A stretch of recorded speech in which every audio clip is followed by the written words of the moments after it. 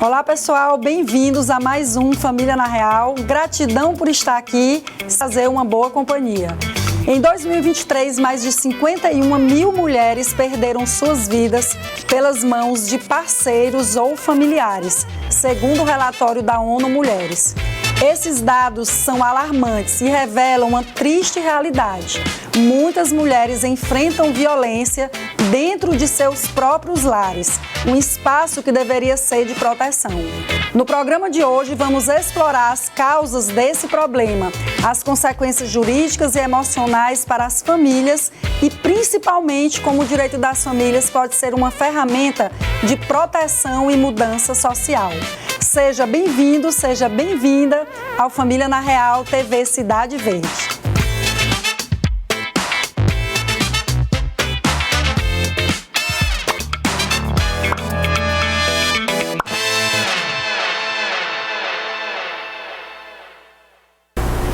E quem vai me ajudar a entender melhor sobre esse tema tão importante é a doutora Eugênia Vila, delegada de Polícia Civil, doutora em Direito e Políticas Públicas e diretora de Avaliação de Riscos da Secretaria de Segurança do Piauí.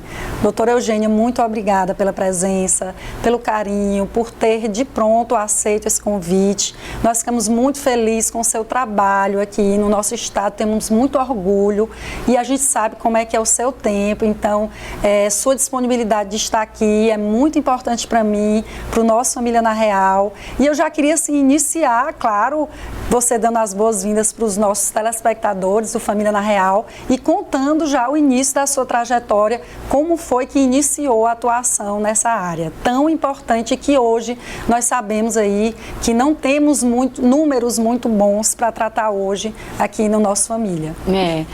Eu agradeço o convite, doutora Rosa. É um prazer enorme estar aqui e lhe dizer que tratar desse assunto é um assunto muito sensível para nós, não é? Para todas as famílias brasileiras, piauienses, mas é um assunto necessário. Eu espero, como sempre eu faço nas minhas palestras, quando eu termino, concluo, as pessoas dizem assim, que suavidade, que a senhora trouxe um assunto tão duro, que é o feminicídio, que é a violência contra a mulher, mas a gente sempre tenta tratar com suavidade para que as pessoas possam ouvir, não é? A dureza da matéria. Como foi o meu percurso, é bem interessante, eu trato isso na minha tese de doutorado, porque é necessário nós demonstrarmos, né, como foi esse percurso. Quando eu ingressei na polícia, eu já era arquiteta, então minha primeira formação foi em arquitetura e até na última palestra que eu dei, o Rogério Sanches,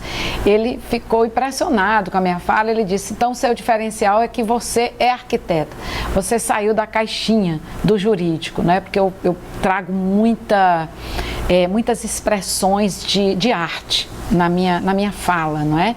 Bem, eu estava, doutora Rosa, inicialmente como diretora da Corregedoria e por mim passavam todos os inquéritos policiais.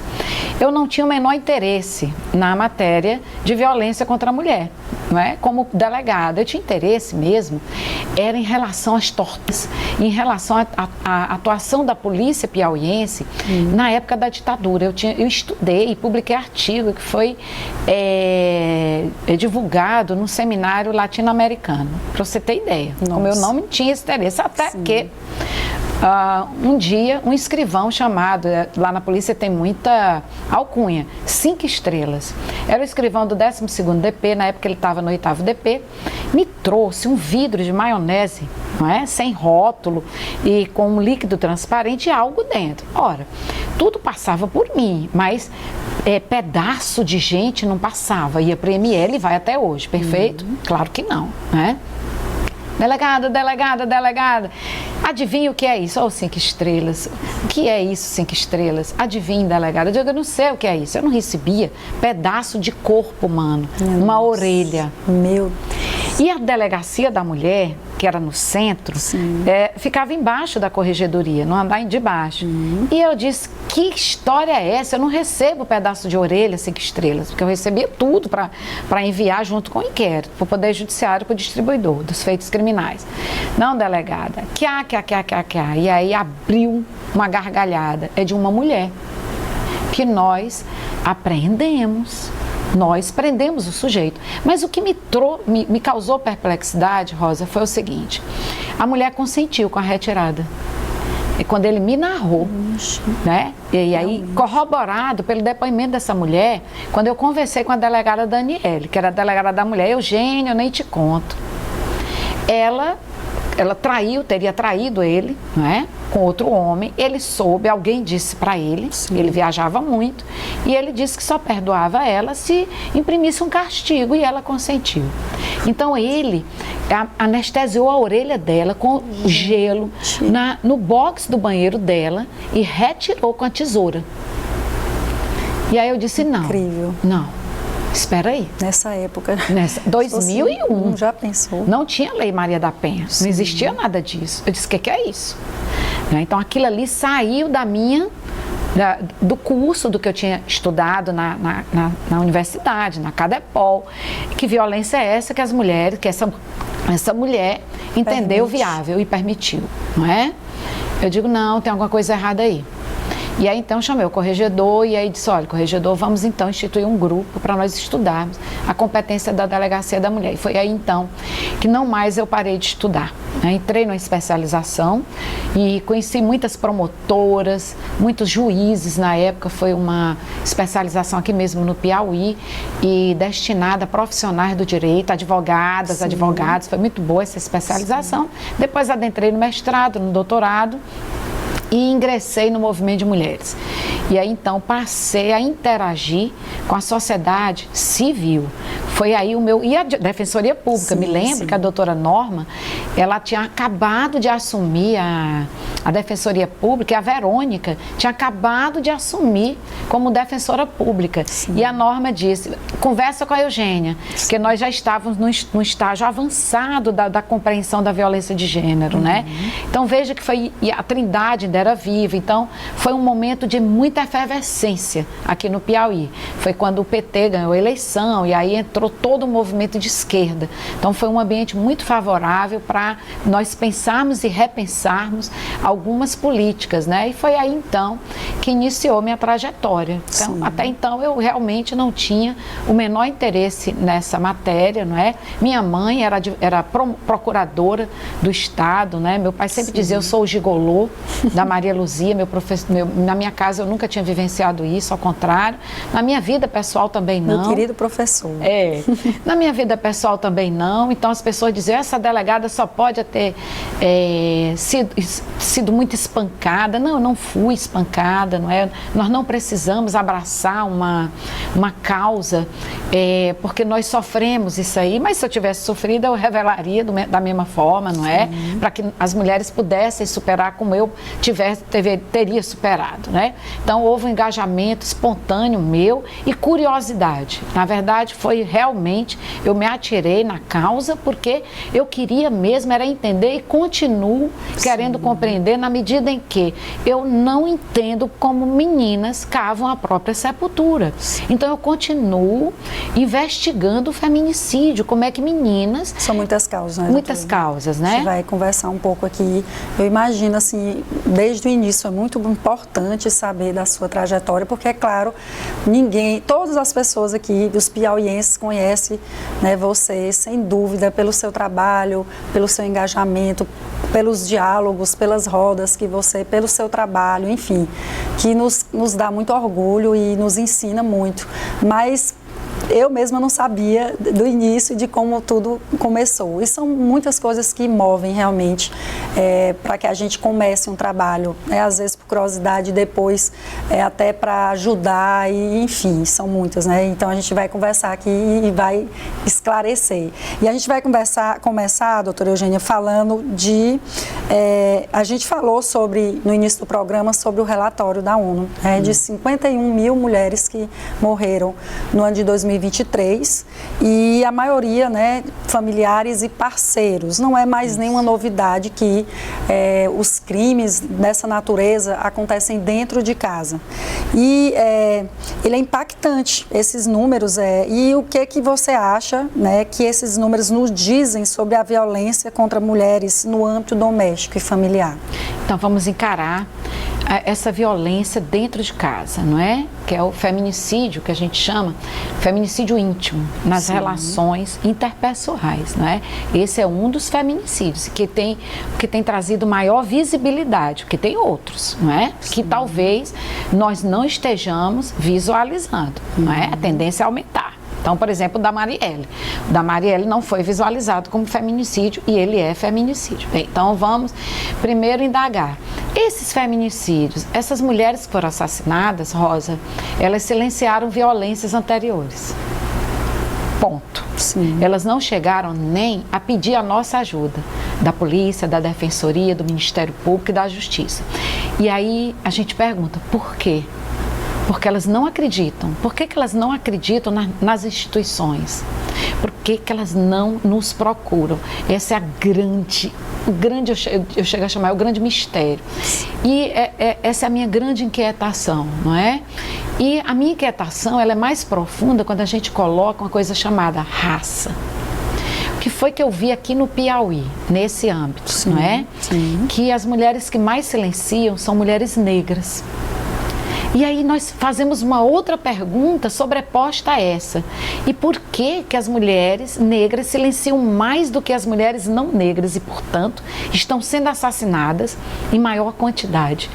80% das mulheres assassinadas na rubrica do feminicídio são mulheres negras, pretas ou pardas, não é? Sim. E aí nós temos inúmeras hipóteses para isso. Então vamos à primeira delas, não é? Esse silenciamento é pelo descrédito às instituições. E por que há o descrédito?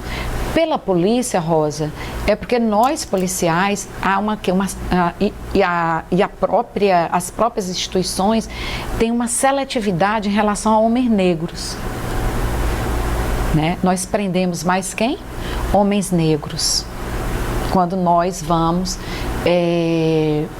para a justiça, o sistema de justiça criminal, nas audiências de custódia, nós mantemos presos mais homens negros ou homens não negros? Esses homens negros são filhos de mulheres negras, esposos de mulheres negras. Então, é só nós duas somos mulheres brancas. Então, como nós estamos vendo as mulheres negras? Será que nós estamos percebendo essa questão de raça? Então, gênero não pode ser dissociado de raça. Nós precisamos associar aqui no Brasil. Quando a ONU ela traz esse dado, né, ela traz também um recorte de raça e de classe social. Não é? Então, são elementos políticos que se sobrepõem, e aí eu respondo a outra pergunta tua, e que tornam determinadas mulheres mais vulneráveis do que outras mulheres.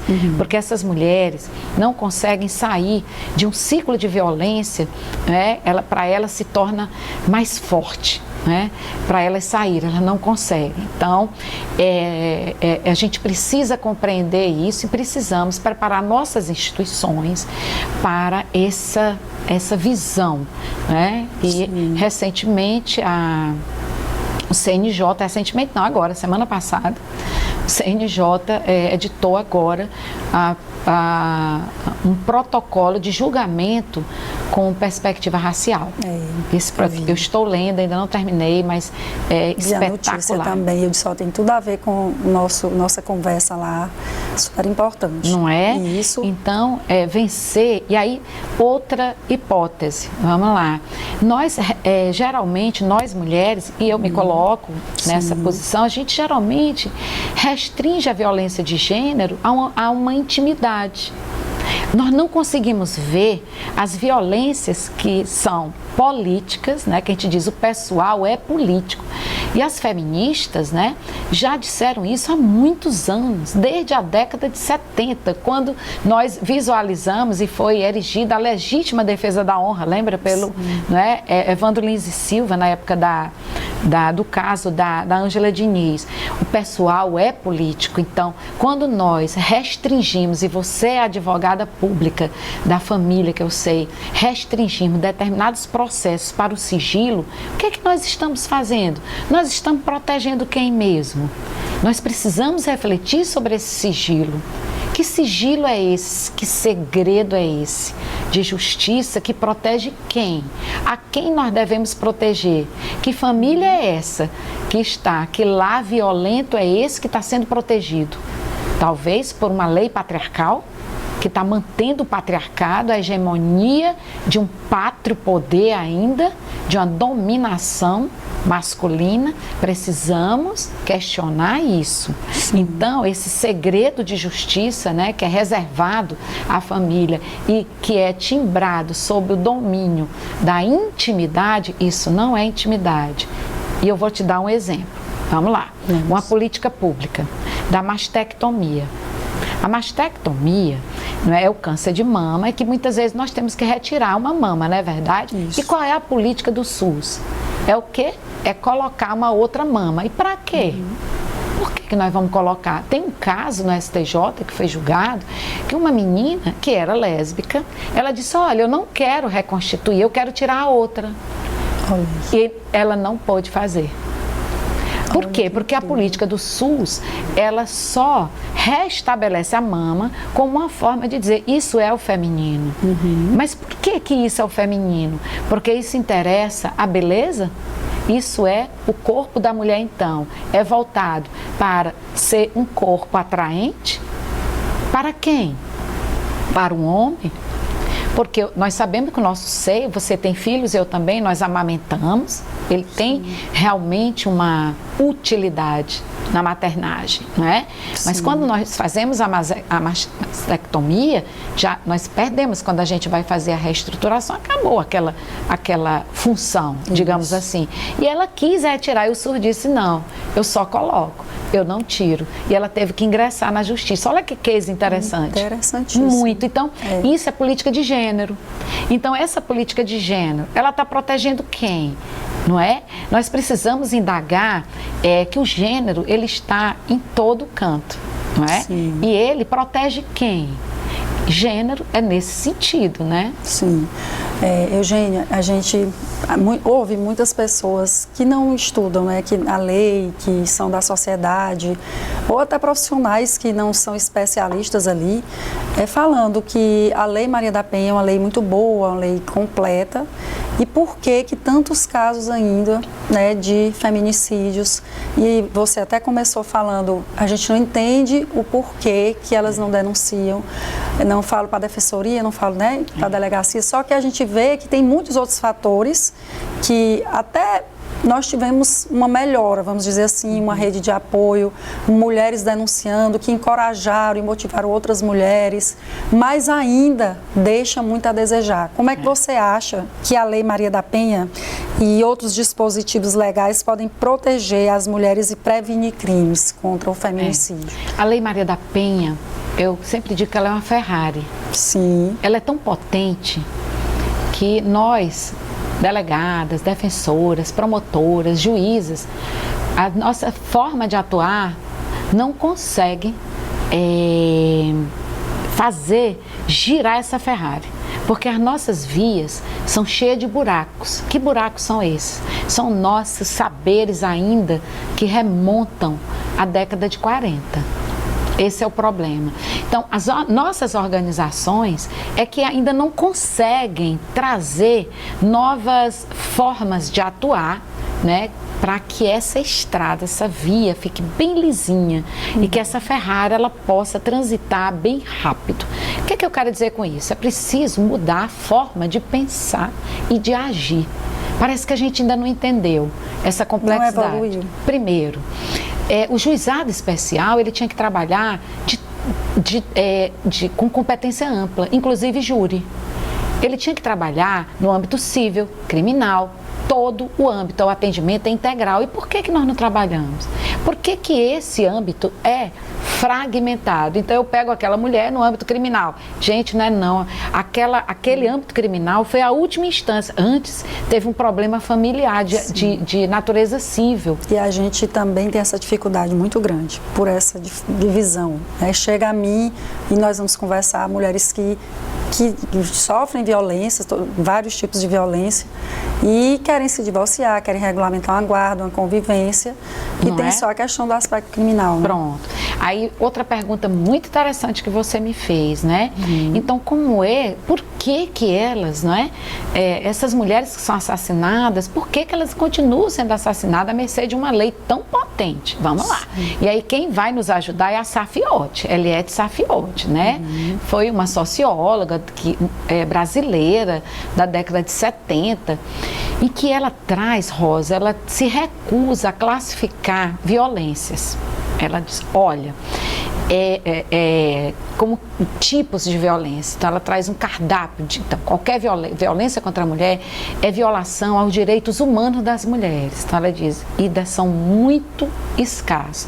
Nossos corpos de direitos humanos ainda são muito pequenos. Eu vou explicar, né, para a comunidade que está nos assistindo. O que é que ela diz? Olha, na medida em que as lutas sociais, né, clamam, na medida que nós mulheres, você entrou numa carreira de defensora pública, você saiu da esfera doméstica, que era um padrão de gênero, que era encomendado para nós, casarmos, termos filhos e cuidarmos da nossa família. Ok, nada, tem problema nenhum, mas você quis prover o seu lar.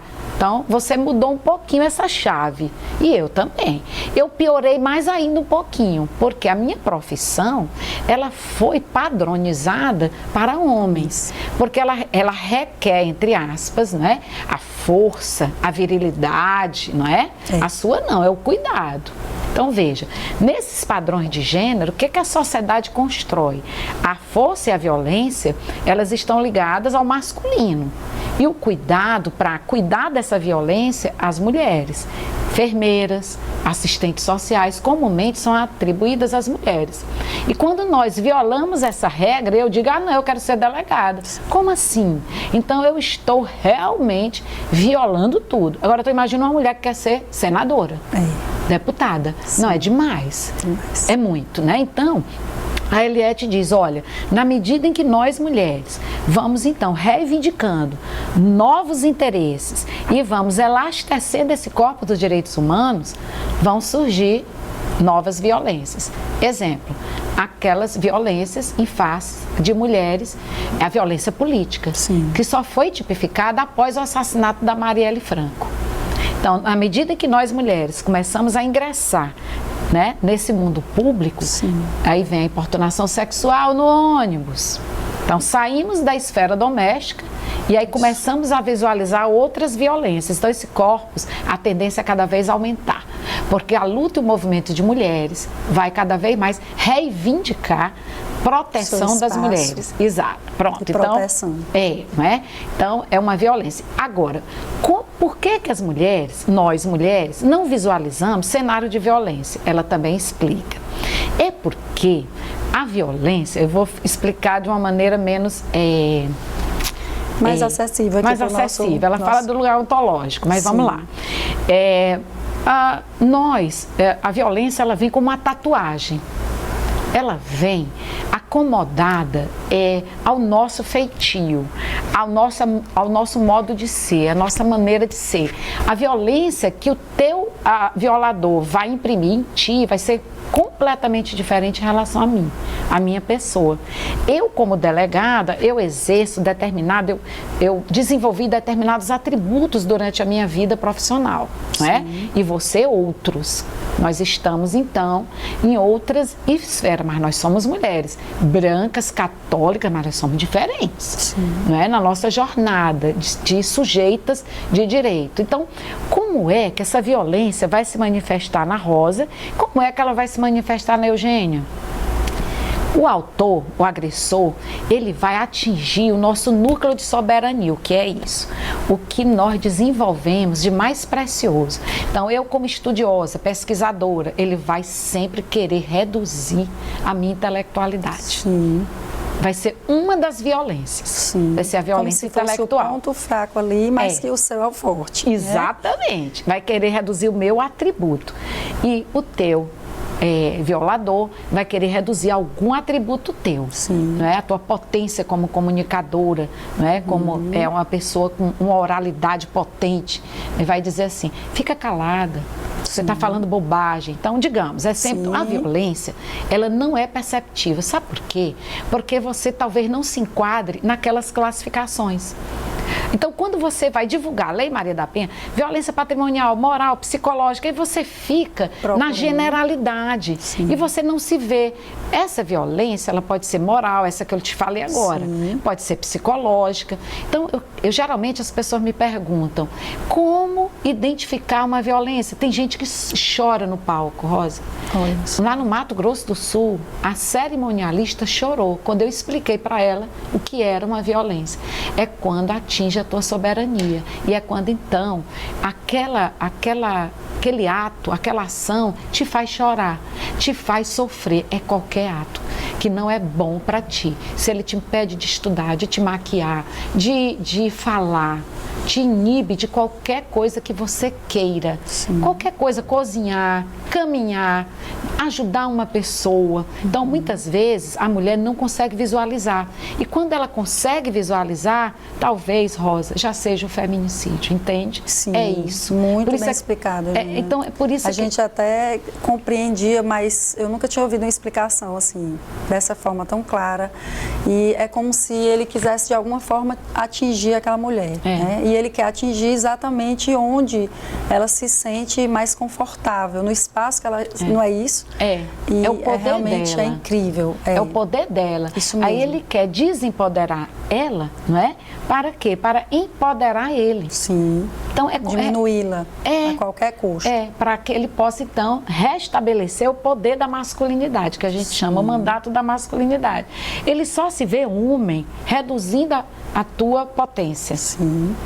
Por falar em potência, Eugênia, parece assim uma pergunta óbvia, mas como a gente vê, nada é óbvio vindo de alguém que estuda como você, um tema tão sensível como você disse. Eu queria falar um pouco dos impactos psicológicos e emocionais da violência para as vítimas e os seus familiares também, que sofrem muito ou por vezes são os autores, como você disse, né? Invariavelmente, uma mulher muito humilde, ela chega para conversar conosco, ela diz assim, eu estou sofrendo dos nervos. Então,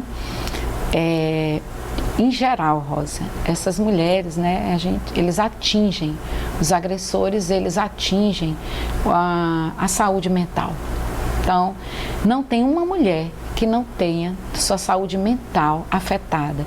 Eu assisti uma palestra da... E tem um medo também, não é, Eugênia? A gente vê que, por exemplo, na época da pandemia, a gente vê também que esse silêncio se deve muito ao medo. Ao medo de não, enfim, de sofrer mais violência. Queria até que você falasse um pouco disso, porque a gente vê que essa libertação, vamos dizer assim, porque a mulher às vezes ela não consegue se libertar, ela permanece naquele ciclo de violência, não denuncia, ou se denuncia por vezes quer desistir porque acredita que a pessoa vai mudar e permanece naquele ciclo. Vamos ver sobre duas perspectivas. Sim. Eu assisti uma palestra espetacular da Ana Beatriz, é psiquiatra, né? E ela falou do borderline. E eu fiquei impressionada, que muitas mulheres, elas ficam dependentes de um homem. Sim. Então, um amor, que ela chama de amor, que não é amor. Então, uma dependência emocional extrema. E aí eu comecei a ouvi-la e percebi inúmeras mulheres que eu conheço, de todas as classes sociais, que às vezes, Rosa, muitas vezes, mulheres independentes economicamente, mas que emocionalmente são dependentes, porque a própria sociedade, ela não vai te ver como mulher separada, divorciada. Você chega num local sozinha. Quantas vezes eu cheguei sozinha, eu sou divorciada, E há uma expectativa de eu ter alguém ao meu lado, E aí você se vê diferenciada. Enquanto todas, inclusive em relação a outras mulheres, que até temem a tua presença em relação aos seus companheiros. Então, a sociedade, ela é patriarcal e ela vai exigir das mulheres a presença de um homem ao lado. Bem, e por outro lado, o medo da mulher é nesse sentido, dessa dependência emocional, tem a dependência financeira, E suportar essa violência, né, ela naturaliza essa violência, ela passa a naturalizar essa violência. E ela, como é que eu posso lhe dizer? Ela passa a suportar. São vários casos, se eu fosse lhe dizer aqui, são muitos casos, né? Ela sofre muito, mas ela suporta, ou por dependência emocional, mas também, Rosa, vou te explicar nas palavras de Safiotti. Essa violência, quando nos colocam nessa violência, são inúmeras forças sociais, né? Que rege o patriarcado, que nos coloca sob essa égide de desempenharmos papéis de gênero. E quem é que nos tira daí? Quem é que pode nos tirar? São essas forças que podem nos tirar, mas essas forças não vão estar presentes. No momento em que eu quero enfrentar, eu vou estar sozinha. Por isso é que tem a questão da rede, que a rede tem que funcionar. Mas sem a sociedade, nós não vamos conseguir. O apoio da sociedade, por isso é que eu sempre venho para os programas, né? Para que as pessoas entendam que a mudança começa com a sociedade. Cada uma de nós abraçar aquela mulher e mudar o nosso pensamento, alterar e compreender que aquela mulher sozinha não vai conseguir. Até porque é onde ela vive. Né? A rede de apoio é uma situação pontual, mas ela mora e ela vive em sociedade. Então ela quer o apoio da família, dos amigos, ela quer essa validação, não é, Eugênia? Vamos dizer assim. Na igreja. Na comunidade, na vizinhança. Então é uma mudança estrutural mesmo, né? Social, que a própria sociedade tem que ajudar. Então, quando eu vejo movimentos, né, como teve agora um muro de 90 metros, né, da Mônica Tapeti, que fizeram várias artistas, a iniciativa da sociedade, eu louvo demais, porque é a partir dali mesmo, eu acredito que é a partir dali que a gente vai conseguir mudar esse fenômeno, né? O social é que vai trazer essa mudança e dizer, homens, por favor, parem de bater em suas mulheres, parem de nos matar. É dessa forma que eu acho que a gente vai enfrentar e virar esse jogo. Excelente. A conversa está muito boa, mas eu preciso ir para um rápido intervalo. Só que antes quero lembrar que se existe alguma sugestão de tema que você queira ver aqui no nosso programa, mande para a gente. O contato está aparecendo aqui no seu vídeo. Eu aguardo a sua participação. Família na Real volta já já.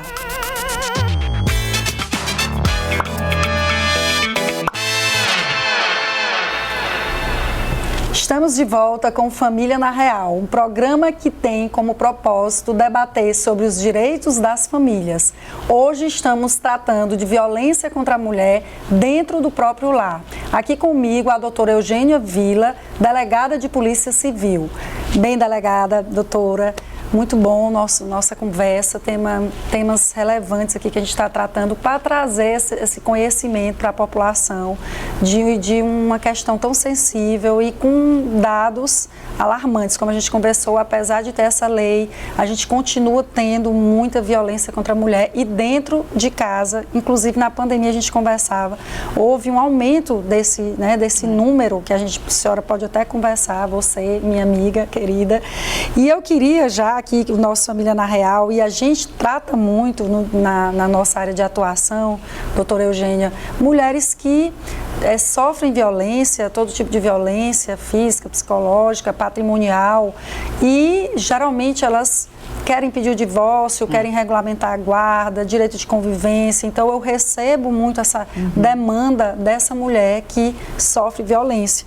Então eu queria saber, na sua opinião, qual é o papel do direito das famílias nos casos de violência doméstica, com essas questões que eu citei. Excelente pergunta, porque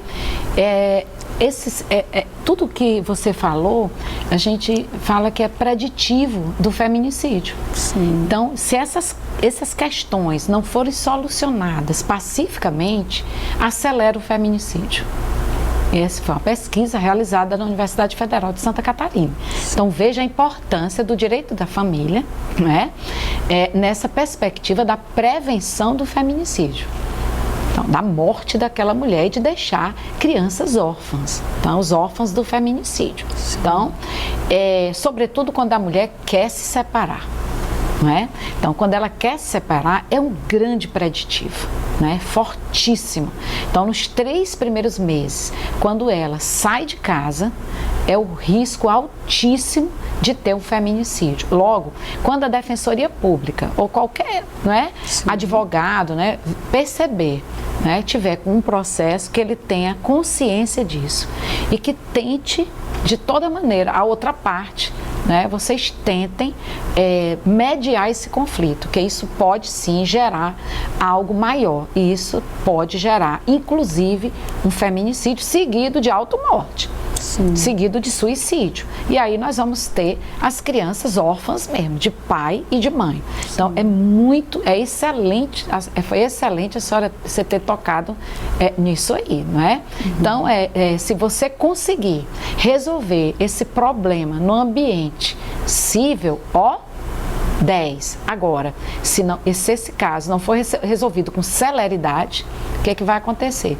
Isso pode sim gerar um conflito maior. E aí vai fazer o quê? Gerar uma demanda criminal, medida protetiva de urgência. Então, geralmente, a parte criminal é onde não ficou solucionado a outra parte civil. Normalmente. Normalmente, o feminicídio íntimo, né, vai estar sempre relacionado com isso. A questão da moradia, que a mulher não tem garantia, não é? Sim. Ele vai lutar pelo direito da moradia, não é verdade? O alimento, geralmente todas essas questões antecedem o feminicídio. Em regra, isso aí. Teve um feminicídio em que o autor, ele se recusava. No dia que ele perdeu, ele teve que pagar, né? Ele teve que prestar o auxílio àquela mulher, ele foi lá e matou ela, no dia que saiu a decisão. Então, nós precisamos estar alertas a isso, a não só conceder o direito, mas fazer ver àquele homem, não é? O modo como esse direito foi concedido, o porquê. Então, é isso que nós estávamos conversando no intervalo, não é? Que seria essa reflexão, levar essa reflexão para esse homem, porque a demanda vai estar resolvida? Vai, mas o conflito não vai. A gente tem que ter essa consciência, e é muito importante a área civil. Eu diria que um conflito na área civil bem resolvido, nós não vamos ter demanda penal, não. Isso. Inclusive, doutora Eugênia, a gente tem uma dificuldade muito grande quando já tem a medida protetiva, por exemplo, para essa mãe ficar confortável da convivência do agressor com a criança. Então, assim, para a gente conseguir separar isso e até conversar com ela, olha, a medida protetiva não foi em relação à criança. É muito difícil uma mulher, e eu até queria sua opinião, doutora, uma mulher que sofre violência, ela se sentir confortável que o pai também não vai ser violento com o filho. E é um ponto muito polêmico, porque de fato são relações diferentes, conjugal e parental. São diferentes, mas que na realidade nós somos mãe e sabemos, né, da intimidade. Então, juridicamente, a gente separa, mas na realidade não dá para separar. É muito complexo, especialmente em quem sofre a violência, por quem sofre a violência. Exatamente. Então, por isso é que eu menciono, e nós estávamos conversando, sobre essas reflexões. A melhor maneira, não é? Eu penso que seria trazer uma ambiência, né, no momento da audiência, né, de diálogo, de conversa, e geralmente esse problema, em regra, vem do homem. Geralmente vem dele, que ele é o provedor, e é ele quem vai prover a família, normalmente. E ele não quer prover. Normalmente é nesse sentido. Isso nós estamos falando até de mulheres mais bem aquinhoadas. As mulheres de classe social mais baixa, isso se torna mais voraz. Que é o meu público ali na Defensoria. Não é? Aí o risco ainda é maior ainda. Isso. E recentemente aquela decisão do STJ, não é? Que demonstrou que a medida protetiva, ela independe de processo civil, de processo criminal. Isso veio demonstrar inequivocamente que a vida não tem validade. Então, que a protetiva, ela vai permanecer enquanto durar o risco. risco dessa mulher, não é? Sim. Doutora, me fale um pouco sobre as medidas protetivas também. Muitas pessoas ouvem falar, para a gente entender melhor como é que ela é dada, quais são os tipos ali no meio jurídico. Veja bem, nós tivemos um grande avanço agora com essa decisão. Sim. De que a medida protetiva, primeiro, ela é uma tutela inibitória. Ela tem assento constitucional, ela vai proteger uma pessoa, Sim. Ela não vai proteger o processo. Então, se é uma medida que protege uma pessoa, primeiro, ela não tem validade, segundo, eu não preciso de boletim de ocorrência. Então, mulheres, se vocês chegarem na delegacia, na Casa da Mulher Brasileira e disserem para vocês, tem que registrar o BO. Não tem que registrar BO. Não é? Eu quero a medida, tanto é que agora foi lançada a Júlia. E a Júlia, que é uma inteligência artificial, a mulher só precisa entrar na Júlia e preencher o Formulário Nacional de Risco. Acabou. É o número de WhatsApp. É o número de WhatsApp, é só entrar no site, a Júlia, não é? Então, a justiça, o acesso à justiça agora é total. Então, vai cair na caixa de um juiz e o juiz vai deliberar se estão ou não presentes os riscos, né? E vai definir e vai delinear a medida protetiva e vai deferir ou não a medida protetiva. Então, isso foi uma atitude espetacular. Está demonstrando o quê? Inequivocamente que eu não preciso de um processo civil, que eu não preciso de um processo... As mulheres não sabem nem o que significam isso. Elas querem paz e tranquilidade, não é? Isso. Elas querem se salvar. Então, isso é muito relevante. As medidas protetivas, elas operam para a proteção dessa mulher, mas também o que nós não compreendemos é que também elas se operam em relação aos ascendentes e descendentes. Então, aqui como o programa é a família, nós temos que proteger as crianças, né? As meninas, os meninos e os pais. Por quê, Rosa? Geralmente o feminicídio, as violências são praticadas na presença dos familiares. Sim. Isso é odioso, né? Isso é lastimável, essa violência é o que a gente chama de lar violento. Então, no Brasil, nós temos, infelizmente, né, essa estatística do lar violento, onde se presencia aquele homem que chega batendo na mulher, né, atentando contra a vida daquela mulher, ameaçando, e as crianças presenciando o sofrimento da mãe. Isso é insuportável, né? Isso. E agora a ameaça, ela é um crime de ação pública incondicionada, não é? A mulher não tem mais o que representar. Nós conduzimos em flagrante delito de ofício, ou seja, contra a vontade da mulher, não é? Mas isso aí não é o mais desejável. O desejável é que essa mulher se conscientize da violência, né? E que a gente possa dar toda a cobertura para ele, não apenas naquele momento. Então, a nossa tarefa, né, como delegados e delegadas, é o quê? É descomprimir aquele momento. Aí outras searas têm que entrar à rede. Tem que entrar. Né, tem que ingressar para conversar com aquele homem. É isso que eu não vejo, essa perspectiva de abraçar o agressor.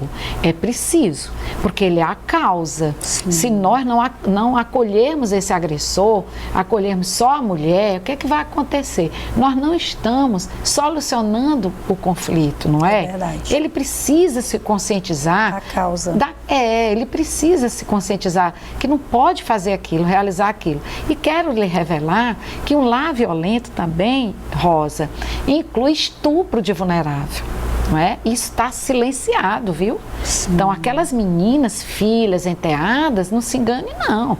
Elas estão sendo estupradas por aquele pai, por aquele padrasto. Infelizmente, é o que a gente vê, não é? Isso. Num lar violento. Sim, a gente acompanha muita notícia nesse sentido.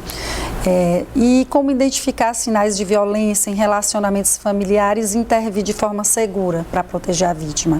No caso dessa identificação, doutora Eugênia, hoje, como você disse, tem esse acesso todo e muitas vezes a mulher não faz isso, né? E como é que tem acontecido? Excelente pergunta. É o acolhimento, primeiro, né?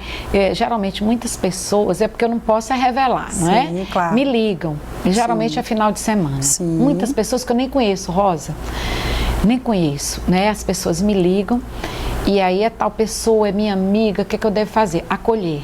Então, vamos lá. Olha que eu não sou nem psicóloga, né? Mas é o que a gente vivencia e como eu trato uma mulher que chega para conversar comigo e tem dado certo, né? Então, é acolher. Então, Rosa, se você chega para mim e você começa a me relatar violências, eu não vou julgar nada que você está falando. Eu vou acolher você, tudo que você falar. Absolutamente tudo que você falar, eu vou te ouvir. E só vou fazer o que você quiser. Então, por quê? Porque eu vou adquirindo a tua confiança. Sim. Você como amiga, né? Geralmente, uma mulher que está sendo vítima de violência, ela procura mais uma amiga, né, do que um familiar. Então, você como amiga, escute. Hoje em dia a gente não tem muita paciência para escutar, né? A gente já quer pré-julgar. Por que tu aguentaste isso? Por que tu toleraste isso? Não, ouça tudo, absolutamente tudo que aquela pessoa está dizendo. Depois que você ouvir tudo, fulana, vamos embora na delegacia. O que você acha de nós irmos lá conversar com a delegada, não é? Ou então, você pode ligar para a delegada. Olha, é uma coisa que eu aconselho. Vai na Casa da Mulher Brasileira. Sabe por quê, Rosa? Porque lá, aqui em Teresina, porque lá você pode conversar com a equipe multiprofissional. Você não precisa ir direto na delegada, não. E não vai. Primeiro, as meninas repassam as mulheres para um atendimento multiprofissional. Para assistente social, ela vai para psicóloga, justamente para ouvir e saber o que ela quer. Ninguém vai obrigar mulher, você a nada. Nós vamos, pelo contrário, ela vai sair de lá, se ela quiser realmente, né, enfrentar a violência, ela vai enfrentar do jeito que ela quiser. Então ela vai sair de lá fortalecida, né? Vai sair com um plano.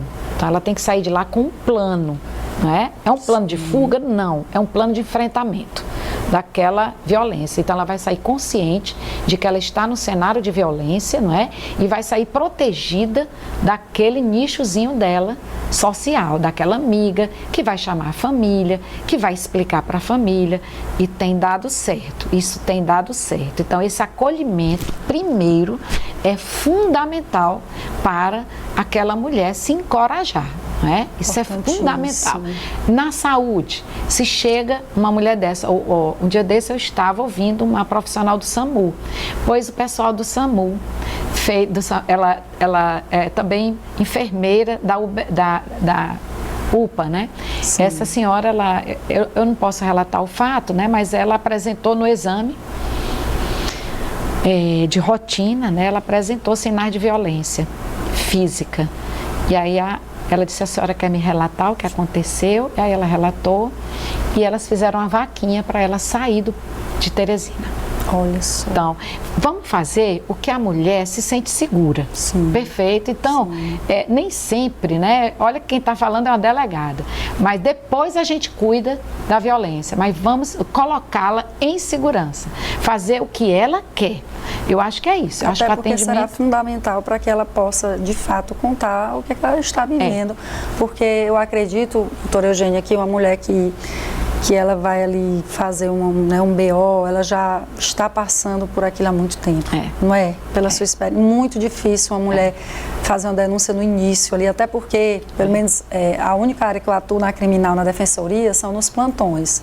A gente faz na audiência de custódia e eu vejo que a maioria hoje dos crimes de violência doméstica, o agressor ele está ali sob efeito de álcool ou de droga. Então aquela mulher, acho que ela tem aquela sensação de que não, ele vai melhorar, ele vai mudar, não é verdade? Rosa, eu queria sugerir, lembrei agora daquele filme Assim que Acaba. Não sei se você assistiu. Não, mas já ouvi muito falar nele. Eu sugiro para os telespectadores e telespectadoras assistirem. Foi um best-seller, não é? Foi. Eu assisti e ali eu compreendi, até falei para minha filha, essa violência é muito sofisticada. Ela é tão sofisticada que as mulheres não percebem. E é muito interessante porque você vai compreender o empoderamento, a compreensão e a superação da violência de uma forma muito tranquila, que aquela mulher superou o estado de violência. Eu acho interessante, né? Os teus telespectadores e telespectadoras assistirem. Eu acho que já deve estar no Netflix. Eu assisti e tem um best-seller. Ótimo, adoro o filme. É muito bom filme, muito bom. É mais um tema tão bom, tão presente na nossa vida. Ótima dica, doutora. Então, doutora, a gente vai aqui continuar a respeito dos profissionais. Eu queria agora que você trouxesse a sua opinião em relação a de que maneira os profissionais do direito e outras áreas, claro, a gente já conversou, podem atuar de forma integrada para combater essa violência. Excelente, fundamental, né? Então, as DEANs, as Delegacias da Mulher, são a porta de entrada. Certo. Então, como trabalhar de forma integrada, falando a mesma língua. Sim. Que língua é essa? É a perspectiva de gênero. Veja, nossos protocolos das DEANs, né, eles já têm que ser interacionais com a Defensoria Pública, com o Poder Judiciário. Eles vão ser. Já há uma tendência de interagir. E uma via de mão dupla. Nós temos que saber o deslinde da Defensoria Pública, nós temos que saber também do Poder Judiciário. Até um tempo atrás não era. Então, por exemplo, o direito de família, nós não sabíamos, está fechado. Então, uma delegada, quando chega uma mulher para nós atendermos, nós não sabemos a situação familiar. Como é que nós vamos dar um atendimento integral? Como é que nós vamos conhecer a situação dessa mulher e o juiz criminal, não é? Então, eu penso, Rosa, que essa ideia da integralidade é a integração, que não se deu ainda, a integração informacional dos sistemas, não é? Para que nós nos vejamos e também dos protocolos, não é? A linguagem é a mesma, a linguagem é jurídica, a nossa linguagem é jurídica, né? Mas é preciso colocar a perspectiva de gênero interseccional na nossa fala. Que é algo agora que veio através, a gente até conheceu do CNJ, dos protocolos, né? Então a gente tem que haver essa capacitação integrada, urgente, não é, doutora Eugênia? Urgente. Porque a gente vê que muitos profissionais não têm essa capacitação para o atendimento, desde ali a porta de entrada até, às vezes, um profissional, né, mais da pessoa, um promotor, um juiz. Então a gente tem provocado muitos em nossas peças, inclusive, nós já temos juízes aqui em Teresina que estão usando esse protocolo. Então nós, profissionais, aqui temos que fazer isso, provocar. Eu participo da formação da magistratura piauiense, né, no protocolo de julgamento com perspectiva de gênero. Sim. E eu lhe digo, só faltavam 2 juízes para serem formados. Então o Piauí, ele está liderando toda a magistratura piauiense, não é só o criminal. Então imagine que maravilha a magistratura toda ter essa perspectiva de gênero, né? E agora racial, que foi agora vai começar, que não pode ser dissociado de forma alguma. Espetacular. Né? Então, a polícia tem que fazer o dever de casa, o Ministério Público tem que fazer o dever de casa também, a Defensoria Pública também tem que fazer o dever de casa para sair dessa caixinha, né? A gente visualizar um pouco mais abrangente, né? E termos essa capacidade de darmos respostas que a Lei Maria da Penha já nos dá o instrumento, né? Ele é o instrumento. Isso, gostei muito da sua analogia, é uma Ferrari. Não vou me esquecer. É uma Ferrari, mas o nosso combustível... a gente ouve muito elogio e realmente falta, né, as ferramentas para aplicar a lei. Intelectuais. Muitas vezes eu vejo isso, não só na questão da lei, doutora Eugênia, por exemplo, a gente tem uma lei de alienação parental e nós temos um movimento hoje para revogar essa lei. E eu sou contra, porque eu acho que o problema não é a lei, é a aplicação da lei. Né? Ou seja, são pessoas e pessoas. Você tem pessoas que usam a lei de forma errada. Exato. Né? Da mesma forma que nós sabemos que, infelizmente, tem mulher que denuncia o homem para prejudicá-lo, que não tem violência. São raras, mas tem, a gente sabe que tem, não é, doutora? Então, é a mesma coisa. Eu não posso dizer, eu vou acabar com a lei porque ela está sendo mal utilizada. Nós temos que analisar. Analisar, por exemplo, cada situação. Tem que analisar. A própria redação do feminicídio é uma lei patriarcal. Por quê? Porque o que nós temos que comprovar é a condição de mulher. E por que nós não temos que comprovar a condição do homem que mata? Essa é uma lei patriarcal. Então, nós precisamos analisar com profundidade. Então, quando a gente diz assim, o estupro é um crime que deixa vestígio material, e nós temos que examinar uma mulher. Por quê? Se o vestígio não é material, é psicológico. Isso é patriarcal. É uma lei patriarcal. Então, é preciso rever, sim, conceitos, né, do Código Penal, que é de 1940, e cujos legisladores são homens. Então, todo o conhecimento proposto pela dogmática jurídica e pelos juristas são vindas de homens numa visão de homens. Então é preciso sim colocar o feminino nessa jornada bem aí. Doutora Eugênia, eu estou muito feliz pela sua presença. A gente já está aqui se encaminhando para o final. É um assunto, de fato, que a gente poderia passar muito mais tempo, mas a senhora vai voltar. Gostei muito.